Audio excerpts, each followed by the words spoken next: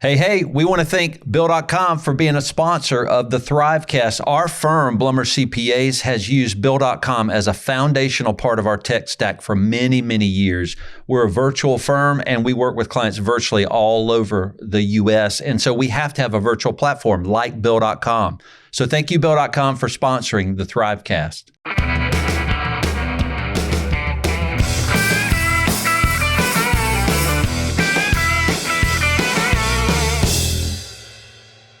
Hey, everybody. Welcome to another episode of the Thrivecast. This is exciting. As you heard in our January show, we're doing more education now. So we're going to still have guests. We have a really exciting guest coming up next month for a 4-part series on crypto. And all the aspects of crypto and how accountants need to look at that world. But for now, we're doing a part 2 educational series. So we started with part 1 in January, and we're now going to dive into part 2 today. This is really, really exciting for us. And why do we do that? Well, we have on our screen that what we do in Thriveal is education. That's what we do for professional people, for CPAs. And we have programs that run July to January every year. We used to run those annually, but now we run those for 7-month periods because it's a lot for 12 months. And so we do 7-month mastermind groups where my partner, Julie, and I, we teach actually the prototype components model for growth, which is what we went over in the January show. And so we just want to remind you that those programs start, you can see on the screen here, they start in July, and there's a foundations group, which is more, that's the beginning group if you want to dive into some of the basics. And then the scaling group are for typically firms with teams. When you add teams to a service-based organization, it gets a little bit more complex. So that's why we're doing this education, because it's what we do for a living in Thriveal. So one thing we're going to be talking about is the prototype components model for growth. This is something we dove into, and I know I have to keep, moving my shoulder, but we're going to be able to show you some of this as we edit this. Sometimes when you're looking at my view, you might see it behind me, but we'll pull me out and put the prototype components model on the screen as we go through some of the education.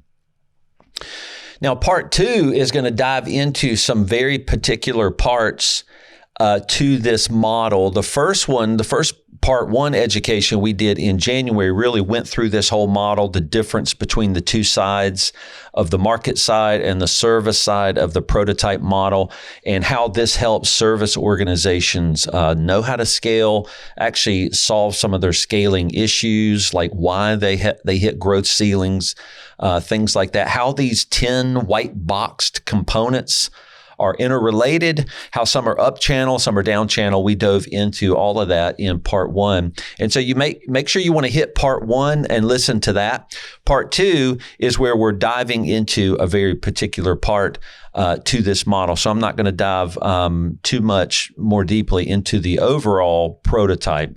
So the part we're going to dive into is called the scaling L. Now you can see what we've done is we've taken our prototype isometric, as we call that screen showing the dual sides of the market and service that all, firm entrepreneurs have to navigate. The scaling L is a blown up part of that. And the reason we say scaling L is because if service-based companies are going to scale, if they're going to grow in any particular way into any particular size, this is typically where they struggle in the scaling L. And so this is a main part that you want to become very familiar with. You want to learn to tackle, and you want to get well. So it's really important just to talk through some of the components and the principles of the scaling L. So let me just list on the screen some of these principles, and you can see them. So the size of the component 7 revenue pipe matters. And so let's talk about what that means. Basically, really what's feeding into this scaling L is component 7. That's revenue structures. Now we're going to be talking about capacity management, and that a lot of times for people, that's team related management. But when we do that, we have to talk about revenue too, because revenue is what leads us to have to manage our capacity, right? So if you need more people in your firm, it's because your revenue grew. So revenue is the leading component that forces our hand actually to manage our team, hire team, manage their capacity, and things like that. And so the pipe matters. So we're calling this revenue a revenue pipe. And so a pipe is, there are different size pipes, right? Some are this big, some are this big. And so if you have a larger revenue pipe, you have more revenue flowing through your firm. And not only is the pipe bigger and it's got a higher volume of revenue, probably the pace and the cadence of your revenue flow is faster too. And if you scale more quickly, your revenue flows through that pipe more quickly. So just think about your revenue as a pipe kind of pumping in to your firm. That's the lifeblood of your firm, all that money coming in. And so when it comes in, it's going to do something to your firm. It causes you to have to do certain things to your firm. So the revenue pipe matters. Maturing systems must mature along with the speed and complexity of the revenue. And so we were kind of talking about that as that pipe changes, that is, as your revenue flows faster into your firm and as your revenue becomes more complex. What you're going to see is your systems have to mature along with your revenue. Now, when I say systems, I'm really talking about what we're going to see is Leadership Alley. That's components 8, 9, and 10. Leadership Alley is where now a leader, is, like a shortstop. They got their glove and they're handling all this revenue coming in. And what that leader does with it through Leadership Alley is really where they become successful in scaling. And so that's really your maturing systems we're talking about. We were just talking about this with a client I think just yesterday, where their revenue was so large, it was pumping into their company so quickly, in their service-based company. And their team and their systems, that is their processes, their rhythms, their team structure, that has to mature at the same pace as the revenue is picking up and growing. And it often is lagging. And why is that? Because it's easier to pipe more revenue into a firm than it is to mature your systems, because maturing your systems takes training new team, maybe removing team that aren't working, helping that team become efficient, helping each person grow through their inefficiencies, because, some team manage their efficiencies well. Some are just very inefficient because they haven't practiced those things. And so a leader is helping this team get better at what they're doing. And then as your revenue's coming in, also your processes have to be updated. You have to change those processes. So once you build processes, they're never done. You're always updating them as your company changes. And so your systems must mature at the same pace as your revenue, though they typically never do. They're always lagging behind. And so you have to keep in mind, if you're going to scale appropriately, you got to monitor that revenue. Now, this client we talked to yesterday, this is interesting. He had 72% growth over 2020 through 2021, which is, for a service-based organization, is really a lot. It's almost too much. It's almost too much that the top line revenue grew 72%. It's going to way outpace the maturing of his systems, because if you have revenue growing that much, you need a lot more team. You have a lot more complexity. You probably have offered a bunch of new services that you had never offered before. Just because, that much revenue means there's going to be some new stuff in there. And so it really makes you struggle to mature your systems. And we told him, maybe this year, now you pull back that revenue growth. So, he's like, what, wow, can you control your growth? And that's the thing about this model to help you see, is that, yes, revenue structures is something you must control. That is a lever you turn on and you cut off in different ways. So revenue structures is really important, and they need to slow down their revenue growth so that they can let their systems catch up and mature. Really important to do that and to monitor that. And a system like a prototyped model helps you think through those things and how they affect all the things after you are maturing those things. So really important. Now, we won't get into, there's a lot more we could talk about there, but we're just making a point. Your systems have to mature as your revenue grows, the pace of revenue, the cadence picks up, and the complexity of that revenue. All of that matters. And when that starts to happen, you need to remember that's going to affect my leadership alley 8, 9, and 10. All right, some of this we've touched on, but maturing teams, humans in service-based organizations, you're always growing with humans, right? Humans are part of your relationship. They're not all the same. They're not robots. You can't make them be what you want them to be. You can't mandate efficiency in a human, which is really interesting. So you can only provide efficient ways to work, processes, but you can't make them be efficient. We all struggle with that, and we get distracted in certain ways. And so efficiency is something we're going to struggle with as people. So maturing teams matters, as they must mature along with the speed and complexity of the revenue. We already said that. The type of revenue influences the type of team structure you build. So this points to an issue we see in service-based companies when we consult with them, is that we go in and we see them trying to build a team model. Could be a pod model. A pod model is getting certain types of roles and putting them on a team to serve a client as a team. It's a very collaborative approach. It's a very high service approach. We do that in our firm, where we have a lead CPA and then an accountant and then a project manager, and those 3 people really tackle the scope of that client that they're working on. Those pod models are more of a complex way to build a team structure. That's just an example. And then most traditional firms don't do pod models at all. They just throw tax returns at tax people, or they'll throw accounting at accounting people. The pod model is more of a support of a relationship that you have with a client. And the traditional model and roles of team members in traditional firms is really just a commodity-based transaction completion. So each role is just trying to finish a transaction. And so you don't need a high-level, high collaborative pod model. So depending on the team structure you're building, some agencies or firms that we consult with are trying to build a certain team structure that they shouldn't be building. And why is that? It's because of this point here. Your revenue structures is what depicts how you build your team model. So the structure of your team has to support the kind of revenue you come in. So if you target a certain market, and that's component number 1, client focuses. That's where we start on the prototype components model. When you target a certain market, that you may serve them in a very particular way, and it finds its way all the way into how your revenue comes in. And however you tell that client to bring that revenue in, it's going to affect your team model. So the point of this is to say you don't get to build the team structure you want.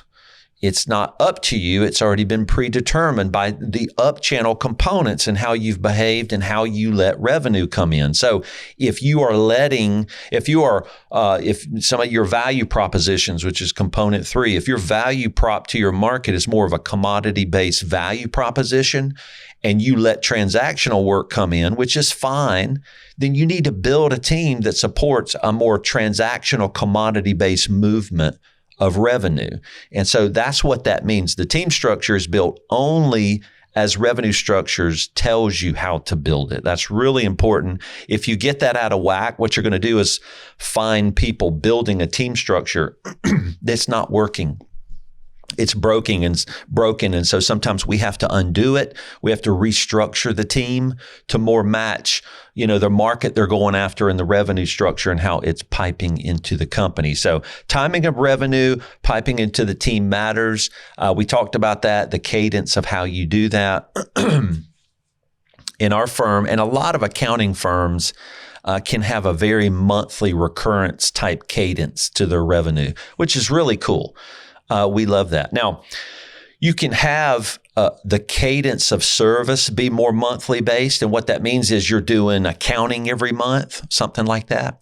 But you can also turn the cadence of your cash flow into a more monthly cadence as well. And the way we do that is we require a 12-month agreement with a client, and then we take our full price and we divide by 12, and then we draft our prices on the first of each month. Or many clients pay up front. They pay all of those 12 months up front. And so what we're trying to do is we're trying to match our cash flow with our service cadence. So sometimes your service cadence doesn't have to match your cash flow. And actually, I want the kind of cash flow I want. So we unhook the cash flow from the service, right? So when we finish a tax return, we don't get money. We get money on the first of each month. So basically, we have our clients pay us because of the relationship and the access to our team. And so that means we can predict how we get our money, even if we have problems with service or a client won't let us, provide the service, or even we struggle to provide the service. At least our cash flow is more predictable. And so the timing of revenue matters. That's really important. And then missteps in balancing the scaling effects that overwhelms the firm owners. They absorb all loose capacity. So these are big bullet points. So we're talking about every one of them. Entrepreneurs, service entrepreneurs always have missteps. We all do. And so what we're trying to do is balance this market and service side to the prototype components model. And that's why we built it in the way that we did, to even depict visually that it is a balance we're trying to maintain. The balance is really key. And if you get that balance wrong, meaning if you pipe too much revenue too fast, that's too complex, you sold something, you didn't realize the effect of it, and it overwhelms your team, the team doesn't always pick up the loose capacity, meaning if you made a wrong bet on revenue or some brand new complex service, you've never gotten into international tax and you just sold a huge international tax service, you're going to need to, there's a lot of learning that's going to have to happen if you do that. And if you made a misstep and you don't have a team structure or anybody that's able to do that research or find out some of those more complex nuances to international tax, then guess what? That's going to fall on the plate of the owner. So owners always absorb loose capacity. And what that'll do is blow your life up. It'll overwhelm you, which it is through the pandemic. A lot of people are really struggling. A lot of owners are struggling with being overwhelmed.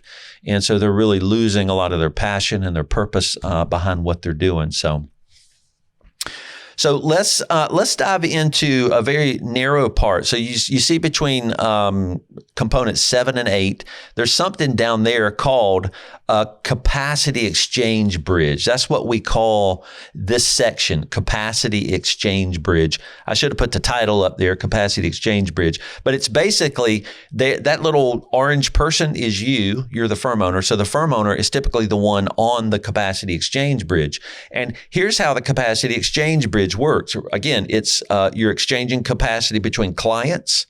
And where are clients standing? They're standing on component 7, revenue structures. And where are the teams standing? They're standing on component 8, team structures of the prototype components model. And this is kind of where we're going to focus a lot of our time and a lot of specifics as to that. But let me just blow through this real quick. So what happens? So basically, the owner, we go back one, the owner is sitting here going, I need some capacity, right? Because I'm going to go sell that to clients. That's all you have to sell as a firm owner's capacity. And you're going to go to your team and you're going to exchange capacity, right? So you see those little C's written on there? That's some loose capacity, right? You're saying, hey, team, will you give me some capacity? I'll give you some money. So you give them money. And then what you do is you package that into a scope, right? You take their loose capacity, the capacity of multiple different team members that are going to do multiple different jobs, and you package it into a scope and you price it. And then you come over to the clients and you say, hey, I've got some professional capacity. It's all packaged here in a scope. And you exchange that over here for hopefully more money, right? So you're getting more money for that capacity from the clients than you're paying it out in payroll to the team. And that's actually what you're working on. Now, if you have a misstep here where you don't get the exchange right with your team, what you're going to find is something subversively happening really under the capacity exchange bridge, and it's called scope seep.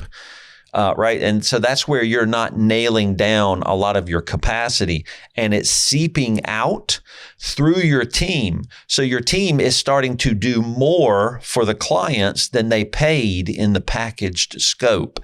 And that is something you really have to watch. Now, as a firm owner, what you really have to watch is capacity. Capacity is all you got. That's got to be a major focus of yours.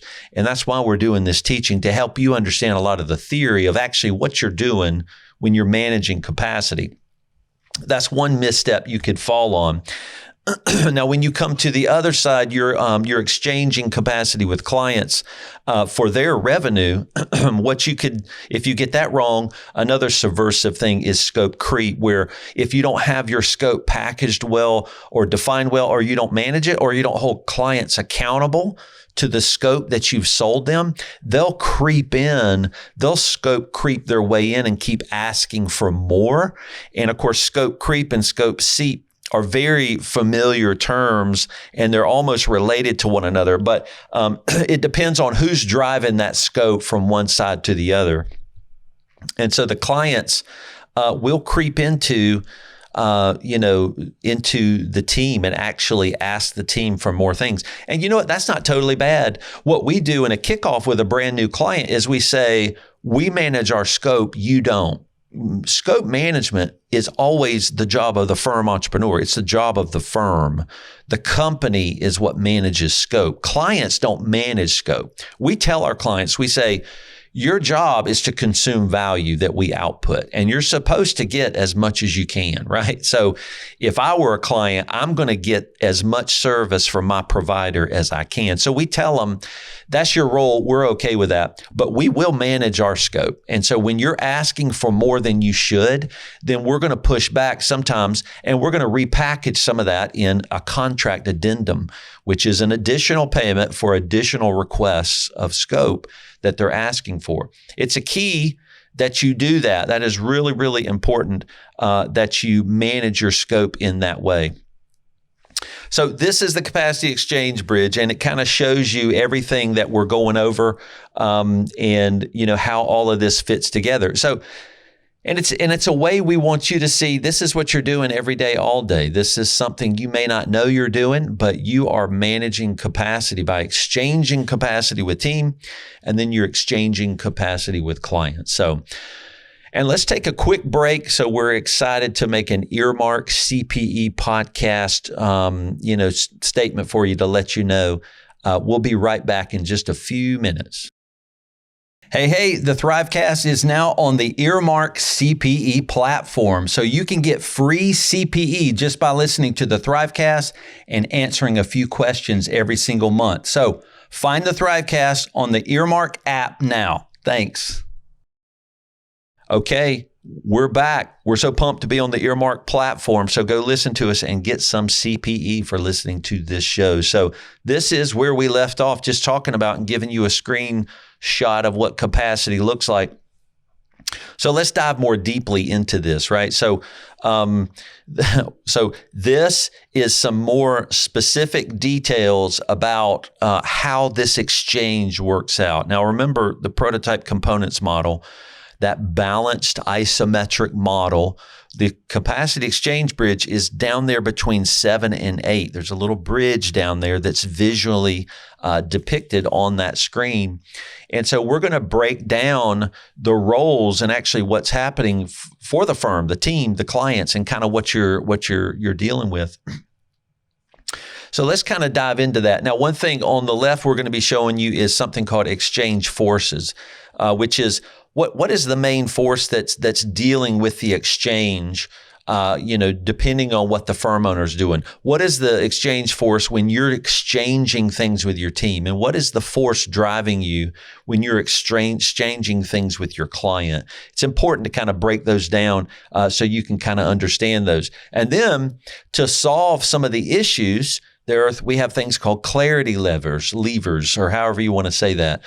Clarity levers are basically, these are your go-to. So if you're having struggles in exchange, then basically the clarity levers are what's going to drive you being more successful. And these are very practical lists that every firm should be employing. And here's why we call them clarity levers, is because clarity in a services organization that's trying to grow is the magic fairy dust to scaling, basically. So if you want to scale, you want to be clear about everything you're doing. So all of your exchange, all of your capacity management, the way you lead your team, Leadership Alley, which is components 8, 9, and 10, is all built on being clear.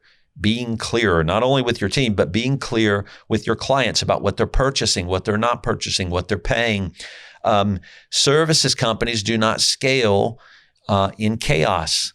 And so chaos is not a place where you can put together this prototype components model and actually scale well. So just keep that in mind. That's why clarity levers are what we're going to be focusing on to help you be successful. So let's dive in. All right. So what the firm does in the form of payroll is they go to the team and they exchange. They make an exchange with them. And so what does the team do back to the firm? They give their capacity, right?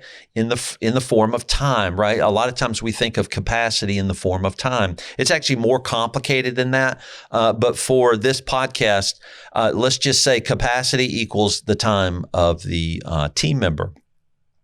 So what you're doing, what exchange are you doing? So as a firm, you're saying, hey, I'll give you some payroll money if you'll give me your capacity. And so in essence, the capacity that team member gives you is yours. You kind of have a right to monitor it, manage it, hold that team member accountable for the agreement that they made. And so what's driving this exchange is ongoing leadership. So if you're a firm owner and you've done this for a long time, you don't just walk up to a team member and go, hey, you want a job? It's 40 hours a week. Here's your salary. And everybody agrees at the outset of that hire date. And it's just it doesn't go perfectly after that, right? Team are going to run into personal problems. They're going to hit parts of their job they don't understand, they don't like. They're going to get distracted. They're going to start seeping out some of their capacity in wrong ways to clients out of fear because the client's harassing them, or they're just accountants and they want to fix the books because it drives them crazy that they're broken, even if they're outside of capacity. So team are going to struggle.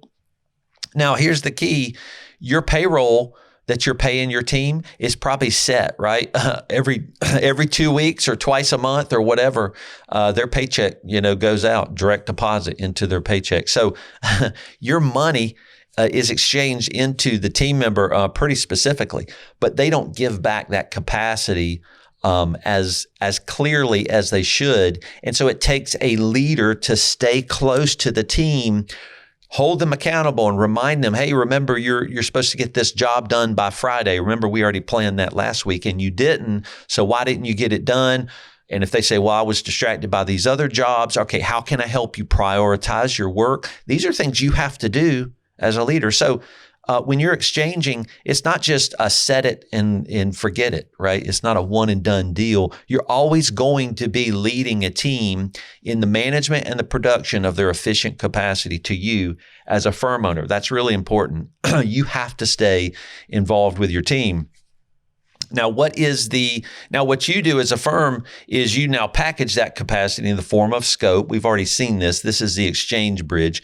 And then you get money back from the client in the form of revenue, right? And so you have to make sure you're getting that money from the client, right? And so we like to control that part. We don't like to, I know it's a traditional thing to invoice people, and that's pretty normal, and that's still probably going to be the way we do it for a long time. But invoicing is basically requesting money, and that's okay. It is a requirement that we draft our money. So we stand more purposely in a place of controlling our money, even on the exchange with a client. So it's a requirement. We have to have your bank account or your credit card, and we're going to draft and pull our money on our date that we set. So we don't request money. We go get the money that's duly offered to us. And that just is a way to control our cash flow. It's a way to stand in a place of leadership with the client, saying, if our firm is valuable, then there's some things you're going to need to adhere to as a requirement to work with us. And why is that? Because we want to control all aspects of our capacity exchange if we can, and we can't always. But with a client, if we can require that we draft their price, that's even better for us as we're paying our team. And of course, what we can never control, which means we always have to remain strong as a leader, is the production of that capacity from that team member on an ongoing basis. What is the exchange force when you're exchanging things with client? And I call it transactional specificity. So I came up with that phrase as some people have laughed at me. They're like, what the heck are you talking about, transactional specificity? Well, what's leading you, again, it's related to clarity, but what you have to do with a client, if you want to exchange properly that revenue for the money that you need from that client, is you have to be super clear about what you're going to be doing for them. So your contract cannot be general. It must be very, very specific. And so really the only thing a client cares about is the specificity of a production of a transaction, right? They want to know, did you do my tax return? Did you balance the bank account on, for February? That's what they want to know about. Everything is tied. Scope is a detailed tied transaction that you're trying to fulfill. Everything. So sometimes we do consulting deliverables. Well, those are very nuanced. So how do you let the exchange force of transactional specificity create, some clarity around buying a consulting offering? Well, we do a few things. We come up with a process for how we do consulting.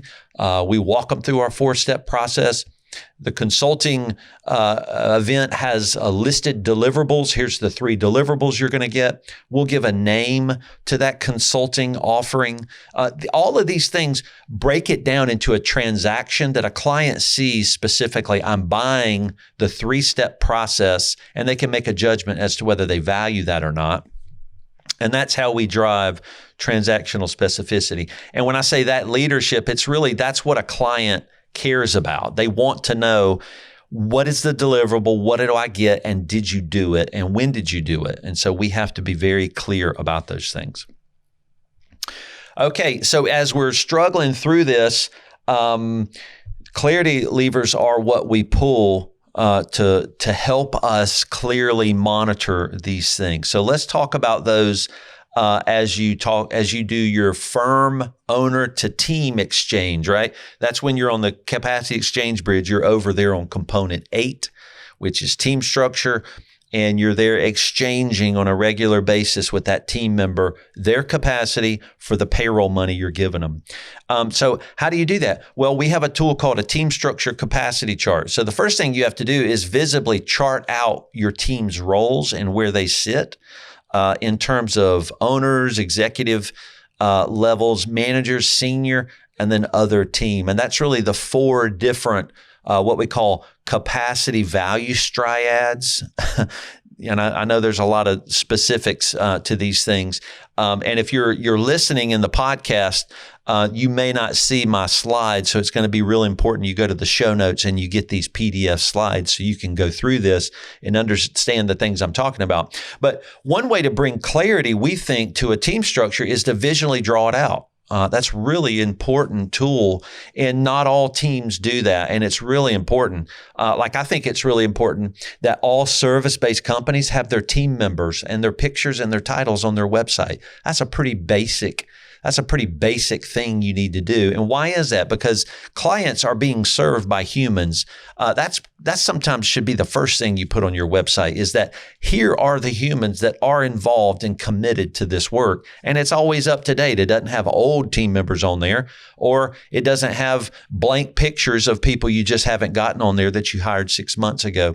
It is one of your statements of clarity that we have a team. Here's the team. Here's their titles. Here's who's serving you. These are the people that have given us their capacity, and these are the ones you're going to run into in service. So it's really clear, being more clear about your team structure. So what's important here is that the team structure capacity chart walks a firm owner through the value of the capacity of each team member. So now what we're talking about is over here when you're giving payroll to a team member and you're exchanging it for their capacity, all capacity is not of the same value. And you have to monitor that, right? You can't give your easiest 1040 revenue client to your most senior tax manager, right? That's not how it works. You've just mismatched an easier level of revenue with a value of a capacity that's much higher. It needs to go to the right team member. That's really important. The team structure capacity chart is going to force you to map out the placement of all of your team on the right value location that they're in, because all capacity is not of the same value. We're not making statements about the value of people in this, right? We're trying to be clear about how to build a company and how to scale it. That means people with certain levels of experience that have been there long enough, people that have been at your firm long enough. Even an experienced person that's been in the profession for 20 years is still not as experienced if they've only been at your firm for 6 months, right? That's different because you do certain things a certain way in your firm. So they're going to have to unlearn things they've done at another firm to do them your way. And that, even with their experience, that's a professional technical experience they come with.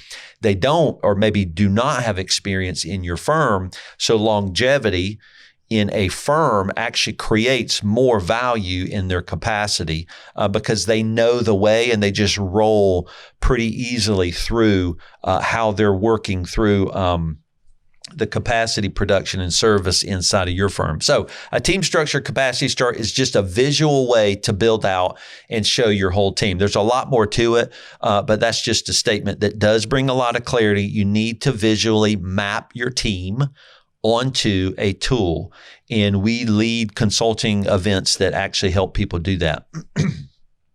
What's another clarity lever for your team is that every team should have a job title and a description. And we believe that job description should have a range of hours that we believe we're committing to. And why is that? We're trying to be clear about the capacity exchange. We don't want to go, wait, did you say you're working part-time? Was it 30 or 35 hours? I can't remember. None of that is what you should be doing, right? You want to go to a document, right? This document is kind of like your client contract. The contract you have with your client or the engagement letter, this is your engagement letter with your team, and you need this written down where there's no confusion. And titling is really important. Titling is about being clear. The titling is saying not only to the team, but also to the world, the clients and everybody that's visiting your site, this is what this person does, and you can tell from their title the value of their capacity, right? So if they show up in a room, you realize a high value capacity just showed up, and that's why you're paying more. So that kind of clarity helps everybody understand the relationships they're working with them. A job description, for an accountant is going to be 2 to 3 pages. It's just, ours are just a bullet pointed list. And it's just saying, you're doing payroll, you're doing 1099s, you're going to reconcile everything. If there's, if the integration of the bank feeds are broken, you're going to fix that. You're listing generally what they're going to do. It's the job description is a list of what they're going to do for the firm. It's not client specific, right? So you don't put clients on a job description. You're basically saying, team member, you're committing yourself to this firm, and here's all the things we need you to do and the hours we want you to commit to us for the money we're going to give you for it. That clarity really, really allows you to drive a lot easier accountability, right? You don't have to get mad at anybody and go, where the heck are you? You're not showing up for work. All you have to do is go, hey, let's review the job description. And if you're struggling, which it's obvious you are because you didn't do bullet points 15 through 20, how can we help you, right? It's not being mad at the team member. Now, eventually you may fire them if they don't produce the capacity you're paying them for. But the job description is about being clear and saying, how can I help you fulfill the job description that we all know you're going to fulfill? You've agreed to it. And so the job description says so. So really important that you have that in there. Quarterly conversations with team. This is a way you keep things clear. So these are private conversations my partner and I have with each team member. We actually every quarter just have a private conversation and say, how are you doing? How do you feel about your capacity? We're going to ask a lot of emotive questions, right? Because the emotions of a human tell us a little bit about where they stand, what they're struggling with. That's really important. So we also try to clarify assumptions. So assumptions they kill clarity. So assumptions are really bad in a service-based organization.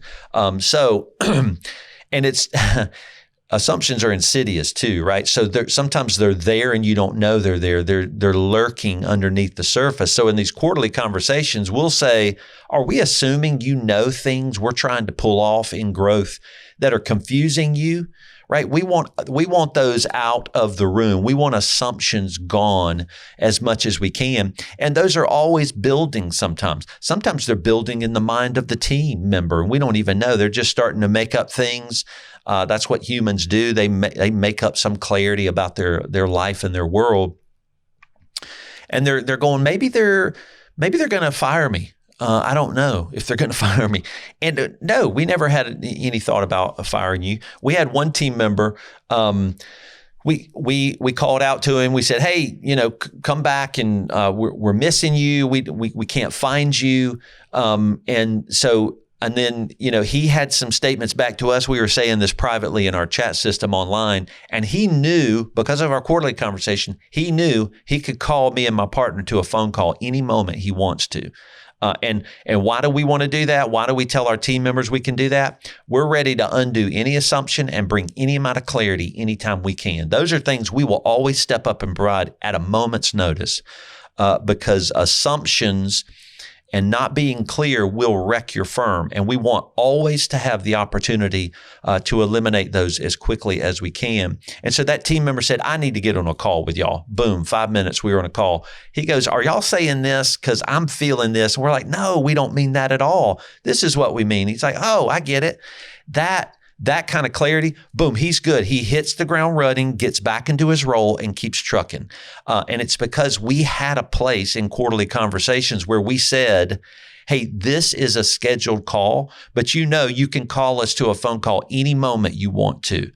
And it creates this transparent sense of safety with our team.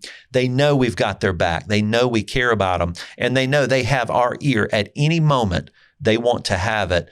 It doesn't mean we do everything they say. It means when we're going to get rid of assumptions and bring clarity around your job, we'll talk about that any time of the day, anytime. Really clear, these quarterly conversations drive such health for your culture. And then project management huddles. This is basically where doing your creative work, doing tax returns is different than planning and the movement and keying your scope into a project management system or a CRM system. And so you need a project manager to huddle up with team. So we have a project manager. It's one of our leadership team positions. Client services manager huddles with the team, sometimes weekly, sometimes monthly. And that's about technical work. It's about saying what's not clear, what's a priority, how are you going to do this recurring work now that we've given you this project? All of this stuff creates confusion. And we need leaders in there going, let's talk about our work. Let's talk about how to prioritize the work. So not only is doing the work important for a technical accountant, but planning and prioritizing and understanding it and not doing more than they're supposed to is also an important function. And it's, as you grow, you don't want to ask the same professional to do both, which is planning and prioritizing their work in a system like a CRM, and then actually doing the tax return and the accounting on a calendar block on their calendar. So you need a person that comes in and helps them do that and think through it. It's kind of it's more of a coach type role. They're coaching them through the priority of their work. So those are clarity levers. If you're struggling employ some of these in your firm. And here's some other ones you can employ. And this is in the exchange, the transactional specificity exchange between your clients and the capacity you're giving your clients for the revenue they're paying you. Here's 4 clarity levers you can give them. Project management software tasks with dates. So all client contracts are broken down and put into a project management system. That is really important.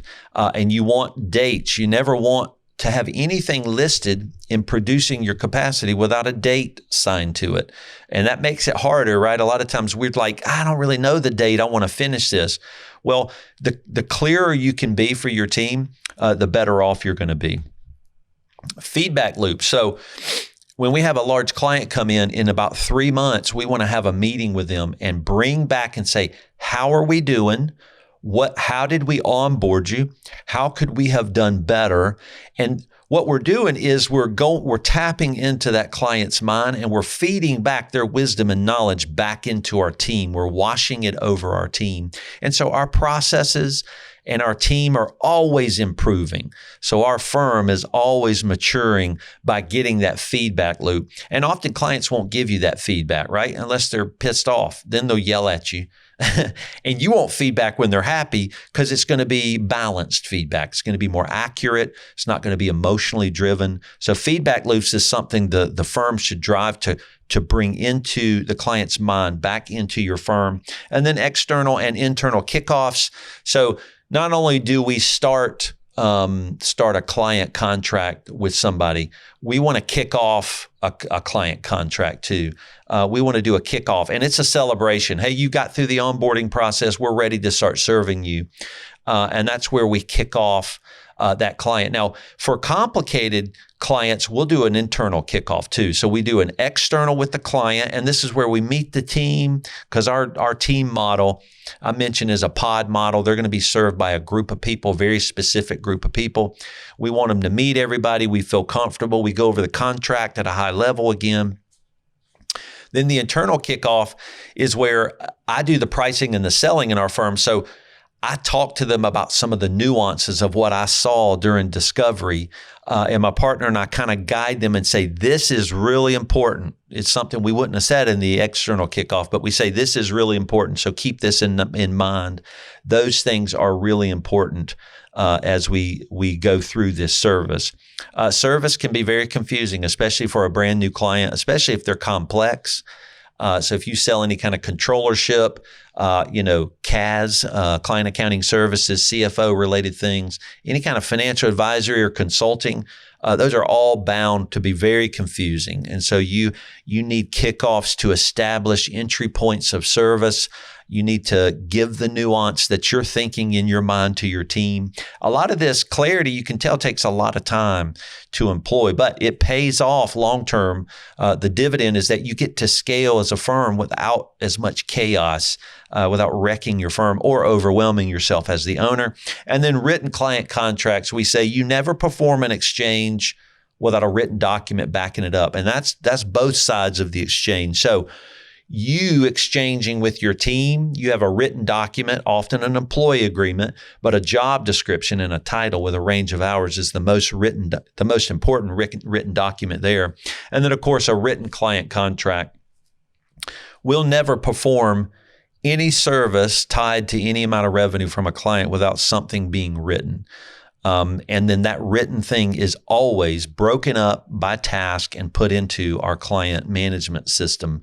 All of that takes a lot of work, and a lot of those steps firms can skip, but it's really important not to do that. So let's run through this real quick. We got a few more minutes. And so I want to just go over some perspectives and responsibilities of all parties. We're still looking at the team, firm, clients. And again, this whole podcast is about the capacity exchange bridge, right? So it's the exchange between the client and their revenue and the firm owner, and then the team member and the payroll you pay them, and making that capacity work on that bridge as you exchange. And one thing we pointed out earlier in the capacity exchange bridge is the firm owner is always in the middle. They're in the middle balancing this capacity exchange. And that's a tough role to be in. But you can do it, with clarity, with teaching like this. As a firm entrepreneur, you can figure this out. And we're helping you. That's what we're helping you do with this education. So the perspectives at the top of this slide. And again, if you're listening on audio, I hope, the audio alone is helpful, but go to the show notes. You can go to thriveal.com and then hit Thrivecast. And in the show notes on the thriveal.com Thrivecast website is where you're going to see a PDF link to download these slides. You're going to see everything I've been talking about.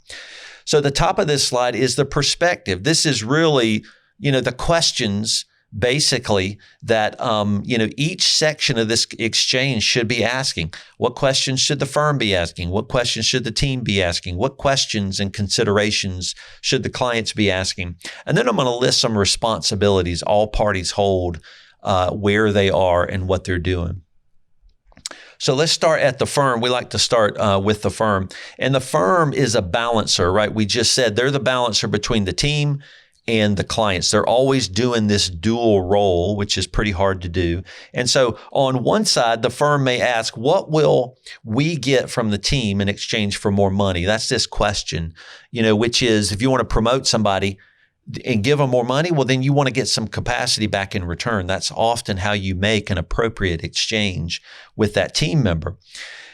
And then, once you're asking that question of the team has a perspective too. They're kind of a keeper. That's kind of the role that we would assign them. And they may ask, what must I give and keep in order to get paid, right? So they're trying to balance their side. They're saying, yeah, I'll give you more capacity, but I'm not going to give you all of it, because I need some of it for my personal life. And that's fine. So they're always balancing professional and personal, just as we all are. And in the balancer role for the firm, as they look out to the client, they say, what capacity and assignment do we have to make to receive our revenue, right? So that's like, what kind of capacity are we going to have to offer them for what price to get them to pay us? And the client is in a consumer mentality, and they may ask, what can we get from the firm in exchange for giving them money? So these are some of the perspectives. I think a lot of times these areas are managing and dealing with, and they don't know that they are. That's really important. So let's run through the responsibilities real quick. For the firm, their responsibility is to define team commitment responsibilities, telling the team in their role on their job description what is required of them, and to maintain accountability around client scope. So it's to help the team members stay accountable to fulfilling the scope that was sold, not seeping out scope that was not sold, right? Because if you have scope seep or scope creep in your firm, basically that's a subversive way to lose your capacity. And in a services organization, your capacity is all you've got to make money with. So if it's leaking out, then you're not getting money that you should be getting. So you have to maintain accountability around team capacity. You have to always be checking in with the team about their capacity, how they're doing, and keeping their capacity up to the point at which they agreed to when they came into the firm. And then you have to lead the team in a safe and thoughtful culture. That's where you get to have all of these accountability conversations about scope. On the team side, what are their responsibilities? Their responsibilities are to maintain consistent capacity output, right? That's not to drop, it's to be consistent. And when they struggle, you hold them accountable and bring that capacity level output back up to where you've all agreed for it to be. And the team's responsibility is also to work within scope. That's important. They're also to remain flexible and collaborative, right? So we can never fully always define in an agreement exactly how their role is going to look. That's why on a job description, at the bottom of the job description, we always put a bullet point that says, and all other duties as assigned, which is basically saying, hey, things are going to pop up and you're going to need to dive in and be committed part of this team. And their job is to be flexible and collaborative with that team. And then the team is meant to abide by cultural core values. They're meant to stay within that safe place and work in the way that we've all determined our core values will lead us as we work. What is the job of the client? They're to assume value and submit the resulting price. They must assume that value. Maintain responsibilities within their agreement. We place responsibilities on the client. We say, hey, you have to show up for all meetings. You can't skip meetings. That's not allowed. And if you do, you'll be in detriment to have your contract canceled. And we will talk to them about it. If they're difficult to get in touch with, we will call them and we will say, you are not collaboratively working with our team. And that's one of their responsibilities too. The client, as a consumer perspective, they must also remain flexible and collaborative, right? Why is that? Because we're in a relationship. Relationships must always be flexible and collaborative, especially professional relationships. And then the client is to consume the value from the firm consistently. And what does that mean? Well, it's really important. We'll tell the client this too. If we sold you a scope and we sold you something in a contract, you're going to need to find value in it. If we give you financial analysis and it gives you insights, you need to act on those.